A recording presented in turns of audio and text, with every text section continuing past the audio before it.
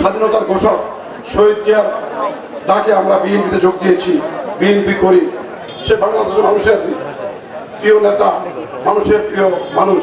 ৬২৬ বছর আগে একজন রাজা মাত্র পালিয়েছিলেন, আর এই পতিত খুনি সরকার শেখ হাসিনা পালিয়ে গিয়েছেন। হাজার হাজার শহীদের রক্তে এদের স্বাধীন হয়েছে।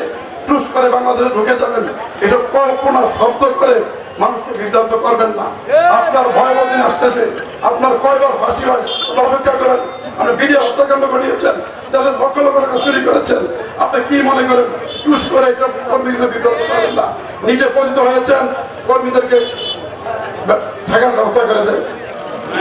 রাজনীতিতে ৭ই নভেম্বর অত্যন্ত গুরুত্বপূর্ণ।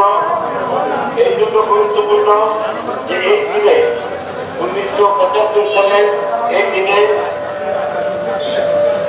তৎকালীন ব্রিগেডিয়ার খালেদ মোশাররফ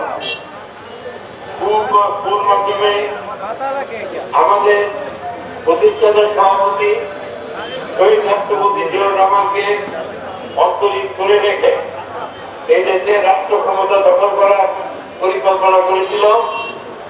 কিন্তু সিপাহী জনতা বিপ্লবের ফলে খালেদ মোশাররফ এবং তার সঙ্গীদের এই চক্রান্ত ব্যর্থ হয়। কর্নেল তাহেরের নেতৃত্বে সেদিন সিপাহী জনতা আমাদের প্রয়াত রাষ্ট্রপতি শহীদ জিয়াউর রহমান প্রতিষ্ঠাতা সভাপতি জিয়াউর রহমানকে মুক্ত করে আনে। তারপর থেকে বাংলাদেশের রাজনৈতিক ইতিহাস অন্যরকম ভাবে লেখা হয়। এই দেশে জিয়াউর রহমান সাহেব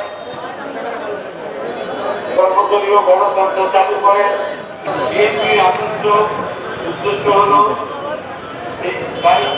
আমরা সকলের জন্য শিক্ষা, স্বাস্থ্য, বাসস্থান আমরা নিশ্চিত করার জন্য আমরা কাজ করি এবং বিগত দিনে করেছি এবং ইনশাআল্লাহ আগামী দিনে আমরা তাই করবো।